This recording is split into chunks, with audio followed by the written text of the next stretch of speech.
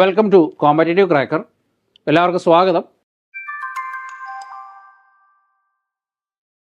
നമ്മൾ മാർച്ച് 2-ാം തീയതി CSIR ഫിസിക്സിൻ്റെ പരീക്ഷയാണ്. നമ്മൾ ഫെബ്രുവരി പകുതിയോടുകൂടി നടക്കുമെന്ന് പ്രതീക്ഷിച്ചത് വീണ്ടും ഒരു 2 ആഴ്ച കൂടി താമസിച്ച് മാർച്ചിലേക്കായിട്ടുണ്ട്. അപ്പോൾ നമുക്ക് ഒരു 2 ആഴ്ച കൂടി സമയം, ഒരു ഗ്രേസ് പീരിയഡ് എന്നുള്ള രീതിയിൽ നമുക്ക് പഠിക്കാനായിട്ട് കിട്ടിയിട്ടുണ്ട്. ഈ 2 ആഴ്ച എങ്ങനെ ഫലപ്രദമായി വിനിയോഗിക്കണം എന്ന് നമ്മൾ വളരെയധികം ചിന്തിക്കണം. കാരണം നമുക്കറിയാം, നമ്മൾ നേരത്തെ നിശ്ചയിച്ചുറപ്പിച്ച ഒരു ഡേറ്റിൽ നിന്ന് പരീക്ഷ മാറ്റി വെച്ച് കഴിയുമ്പോൾ നമുക്ക് സ്വാഭാവികമായിട്ടും നമ്മുടെ ബ്രെയിന് ഒന്ന് അയഞ്ഞ് ഒരു ഉഴപ്പിൻ്റെ ഒരു പരുവത്തിലേക്ക് പോകാൻ സാധ്യതയുണ്ട്. അപ്പോൾ ഈ 2 ആഴ്ച കാലം എങ്ങനെ നമ്മൾ വിനിയോഗിക്കുന്നു എന്നുള്ളത് വളരെ ഇമ്പോർട്ടൻ്റ് ആണ്. ആ ഒരു സമയം കൂടുതൽ പ്രോബ്ലംസ് ചെയ്യാനാണോ, അതോ റിവൈസ് ചെയ്യാനാണോ, പഠിക്കാനാണോ, നമ്മൾ പഠിക്കാത്ത ഭാഗങ്ങൾ പഠിക്കാനാണോ ശ്രമിക്കേണ്ടത് എന്നൊക്കെ കുട്ടികൾക്ക് സംശയങ്ങൾ വരാറുണ്ട്. ആ ഒരു സംശയങ്ങളെ ഒന്ന് അഡ്രസ്സ് ചെയ്ത് കളയാം എന്നാണ് ഈ വീഡിയോയിലൂടെ ഞങ്ങൾ ഉദ്ദേശിക്കുന്നത്. ഒരു 2 ആഴ്ച കാലം മാത്രമാണ് നമുക്ക് സമയം എന്നുള്ളത് നിങ്ങൾ പ്രത്യേകം നോട്ട് ചെയ്യണം. ഈ 2 ആഴ്ച എന്നുള്ളത് കണ്ണടച്ച് തുറക്കുന്നതിന് മുന്നേ പോകുന്ന സമയമാണ്. അപ്പോൾ ഈ ഒരു സമയത്തിനുള്ളിൽ പുതിയ കാര്യങ്ങൾ പഠിക്കാൻ അധികം ശ്രമിക്കാതിരിക്കുന്നതാണ് നല്ലത് എന്നാണ് എനിക്ക് തോന്നുന്നത്. നിങ്ങൾ ഫെബ്രുവരി 15 അല്ലെങ്കിൽ 16 പരീക്ഷ നടക്കും എന്ന രീതിയിൽ ട്യൂൺ ചെയ്ത് വെച്ചിരുന്ന മനസ്സ്, അതിനനുസരിച്ച് റിവിഷനും അതിനനുസരിച്ച് പരീക്ഷകളുമൊക്കെ നടന്നിരുന്ന ഒരു ഘട്ടത്തിൽ നിന്ന് വീണ്ടും ഒരു 2 ആഴ്ച മാറി പരീക്ഷ വരുമ്പോൾ നമുക്ക് കൂടുതൽ പഠിച്ചു കളയാമെന്നൊരു ചിന്ത നമുക്ക് മനസ്സിലേക്ക് വരും. പക്ഷേ എൻ്റെ ഒരു അഭിപ്രായത്തിൽ നമ്മൾ അത്ര പ്രയാസമുള്ള ഒരു കാര്യത്തിലേക്ക് പഠനത്തെ കൊണ്ടുപോകാതിരിക്കുന്നതാണ് നല്ലത്. ഫോർ എക്സാമ്പിൾ, നിങ്ങൾ ഇത്രയും കാലം നിങ്ങൾ മാത്തമാറ്റിക്കൽ ഫിസിക്സ് പഠിച്ചു, എന്നിട്ട് നിങ്ങൾ ഇതുവരെ ഗ്രൂപ്പ് തിയറി തൊട്ടിട്ടില്ലായിരുന്നു. ശരി, 2 ആഴ്ച കാലം ഉണ്ടല്ലോ, ഗ്രൂപ്പ് തിയറി പഠിച്ചു കളയാം. നിങ്ങൾ കോളേജിൽ ഈ ഗ്രൂപ്പ് തിയറി പഠിച്ചിട്ടില്ലാത്ത ഒരാളാണെങ്കിൽ ഗ്രൂപ്പ് തിയറി വീണ്ടും പഠിക്കുന്നത് ആത്മഹത്യാപരമാണ്. കാരണം നിങ്ങൾ ആ ഗ്രൂപ്പ് തിയറി പഠിച്ചു കഴിഞ്ഞാൽ ബാക്കി നിങ്ങൾ അത്രയും കാലം പഠിച്ചത് മുഴുവൻ മറന്നു പോകാനുള്ള സാധ്യത കൂടുതലാണ്. കാരണം നിങ്ങൾ മുഴുവൻ കോൺസെൻട്രേഷൻ ഗ്രൂപ്പ് തിയറിയിലേക്ക് മാത്രമായി മാറുകയും ബാക്കി കാര്യങ്ങൾ മറക്കാനുള്ള സാധ്യത കൂടുകയും ചെയ്യും. സോ നിങ്ങൾ ചെയ്യേണ്ടത്, നിങ്ങൾക്ക് നേരത്തെ പരിചയമില്ലാത്തതോ നിങ്ങൾ നേരത്തെ പഠിച്ചിട്ടില്ലാത്തതോ ആയിട്ടുള്ള ടോപ്പിക്കുകൾ ഈ 2 ആഴ്ച കാലം പഠിക്കരുത്. നിങ്ങൾ ചെയ്യേണ്ടത് ഇത്ര മാത്രമാണ്.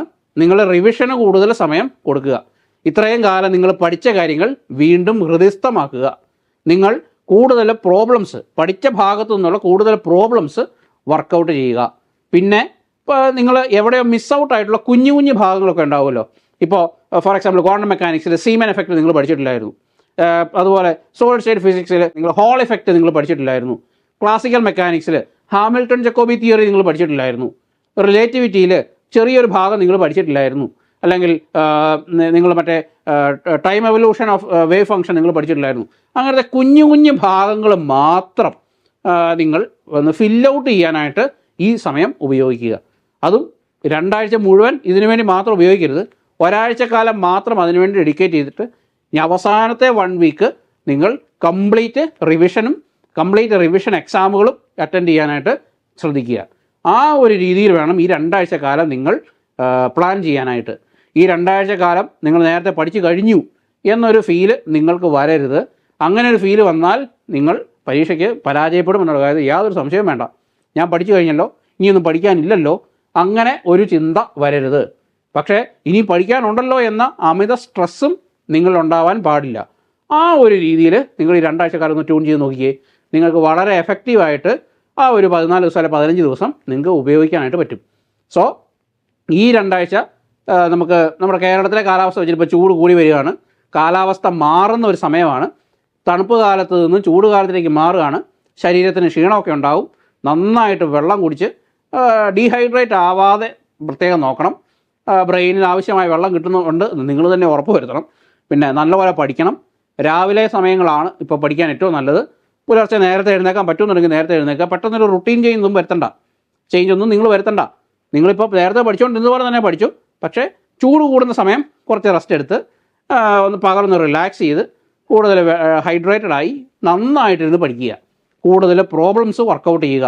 ഓരോ പ്രോബ്ലവും ചെയ്യുമ്പോഴും നിങ്ങൾ അതുമായിട്ട് പഠിച്ച തിയറി എന്താണ്, ആ കോൺസെപ്റ്റ് എന്നുള്ള കാര്യവും കൂടെ ഒന്ന് ആലോചിച്ച് പോവുക.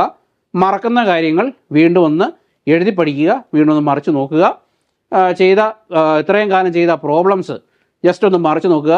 ചില പുതിയ കോൺസെപ്റ്റുകൾ അതുവഴി നിങ്ങൾക്ക് കിട്ടിയേക്കാം. അങ്ങനെ ഈ 2 ആഴ്ച വളരെ ഫലപ്രദമായിട്ട് നിങ്ങൾ വിനിയോഗിക്കണം. ആ ഒരു രീതിയിൽ ഈ കുറച്ച് സമയം ഒന്ന് വിനിയോഗിച്ച് കഴിഞ്ഞാൽ നിങ്ങൾക്ക് വിജയത്തിലേക്ക് ഒരു പടി കൂടി നിങ്ങൾക്ക് അടുക്കാനായിട്ട് പറ്റും. സോ ഈ 2 ആഴ്ചയ്ക്കുള്ളിൽ നമ്മളൊരു വെബിനാറും ഒരുക്കുന്നുണ്ട് 22-ാം തീയതി, ഈ ഫെബ്രുവരി 22-ാം തീയതി. അപ്പോൾ അതിനും കൂടി ഒന്ന് പങ്കെടുത്താൽ കുറച്ച് കൂടുതൽ പ്രോബ്ലംസ് നിങ്ങൾക്ക് ചെയ്ത് നോക്കാനായിട്ട് പറ്റും. സോ ആ പരീക്ഷയ്ക്ക് രാവിലെ 9 തൊട്ട് 12 മണി വരെയാണ് നമ്മുടെ പരീക്ഷ. അപ്പം എന്തായാലും ചൂട് കൂടുന്നതിന് മുമ്പ് നിങ്ങൾക്ക് പരീക്ഷാ ഹാളിൽ നിന്ന് പുറത്തിറങ്ങാൻ പറ്റും. പരീക്ഷയ്ക്ക് പോകുമ്പോഴാണെങ്കിലും എല്ലാ കാര്യങ്ങളും നേരത്തെ ഒരുക്കി വെച്ചോണം. ലാസ്റ്റ് മിനിറ്റ് റഷ് ഒന്നും പാടില്ല. എന്തായാലും പരീക്ഷാ ഹാളിൽ ഒരു അറ്റ്ലീസ്റ്റ് അരമണിക്കൂർ മുമ്പെങ്കിലും എത്തുന്ന രീതിയിൽ നിങ്ങൾ ട്രാവലൊക്കെ പ്ലാൻ ചെയ്യുക. ഇപ്പോൾ എന്തായാലും എല്ലാ ജില്ലകളിലും പരീക്ഷാ സെൻറ്റർ ഉള്ളത് തന്നെ വലിയൊരു ഭാഗ്യമാണ്. സോ നമ്മുടെ അടുത്താണല്ലോ എന്ന് കരുതി താമസിച്ചിറങ്ങി ഓടിച്ചെന്ന് പരീക്ഷയ്ക്ക് കയറേണ്ട അവസ്ഥ വരരുത്. നിങ്ങൾ നേരത്തെ തന്നെ പരീക്ഷയ്ക്ക് വേണ്ടി ഒരുങ്ങുക. തലേന്ന് തന്നെ എടുത്തു വെക്കാനുള്ള സാധനങ്ങളെല്ലാം എടുത്തു വെക്കുക. ഹോൾ അഡ്മിറ്റ് കാർഡ്, പേന, റഫ് വർക്ക് ചെയ്യാനുള്ള പേനയും എല്ലാ കാര്യങ്ങളും എല്ലാം ഒരുക്കി വെക്കുക. പിന്നെ നമ്മൾ ഡ്രസ്സിങ്ങിലാണെങ്കിലും അവർ പറയുന്ന രീതിയിലുള്ള ഡ്രസ് കോഡ് ധരിക്കുക. അവർ പ്രത്യേകിച്ച് ഡ്രസ് കോഡിൻ്റെ കാര്യമൊന്നും പറയുന്നില്ലെങ്കിലും നീറ്റിൻ്റെ ആ ഒരു പ്രോട്ടോക്കോൾ ഇൻ ഡ്രസ്സിങ് പാലിക്കാനായിട്ട് ശ്രദ്ധിക്കുക. മെറ്റാലിക് ബട്ടണുകളോ ഹുക്കുകളോ ഒന്നും ഇല്ലാത്ത മറ്റേ കോംപ്ലക്സിറ്റീസ് ഒന്നും ഇല്ലാത്ത സിമ്പിളായിട്ടുള്ള ഡ്രസ്സിങ് ആണ് ഏറ്റവും നല്ലത്. പിന്നെ ഡ്രസ്സിങ്ങിൻ്റെ പേരിൽ പിന്നെ ലാസ്റ്റ് മിനിറ്റ് ഒരു റഷ് അല്ലെങ്കിൽ ഒരു ടെൻഷൻ നമുക്ക് ഉണ്ടാകാതിരിക്കാനായിട്ട് നിങ്ങൾ ശ്രദ്ധിക്കണം. പിന്നെ പരീക്ഷയ്ക്ക് പോകുന്നതിന് മുമ്പ് പ്രാർത്ഥിക്കുന്നവരാണെങ്കിൽ പ്രാർത്ഥിച്ച് നന്നായിട്ട് ആത്മവിശ്വാസത്തോടെ പോകാനായിട്ട് ശ്രദ്ധിക്കുക. പരീക്ഷയ്ക്ക് കയറുമ്പോഴാണെങ്കിലും ടെൻഷനൊന്നും പാടില്ല. വളരെ കൂളായിട്ട് പോയി പരീക്ഷകൾ അറ്റൻഡ് ചെയ്യുക. കമ്പ്യൂട്ടർ സ്ക്രീനാണ്. ടെക്നിക്കൽ ഗ്ലിച്ചസ് ഇടയ്ക്ക് ഉണ്ടാകാനുള്ള സാധ്യതയുണ്ട്. എന്ത് ടെക്നിക്കൽ എറർ വന്നാലും പരിഹരിക്കാനുള്ള സംവിധാനം അവിടെ തന്നെ ഉണ്ട് എന്നുള്ള കാര്യം നിങ്ങൾ ഓർക്കുക. പാനിക്കാവേണ്ട കാര്യമൊന്നുമില്ല. വളരെ കൂളായിട്ട് പോയി പരീക്ഷ എഴുതുക, പുറത്തു വരിക. നിങ്ങൾ പഠിച്ച കാര്യങ്ങളിൽ നിന്ന് വരുന്ന ചോദ്യങ്ങൾ ഒരിക്കലും മിസ് ഔട്ട് ആകാതിരിക്കാൻ, തെറ്റിപ്പോകാതിരിക്കാൻ ശ്രദ്ധിക്കുക. ഇത്രയും കാര്യങ്ങൾ ഉറപ്പുവരുത്തിയാൽ വളരെ മികച്ച വിജയം നിങ്ങളുടെ കൂടെ ഉണ്ടാവും. So wish you all the best. നിങ്ങളെ എല്ലാവരെയും JRFോട് കൂടി കാണാൻ കോമ്പറ്റേറ്റീവ് ക്രാക്കിന് ഇടവരട്ടെ എന്ന് ആശംസിക്കുന്നു. So wish you all the best and we will see you with another video. Thank you.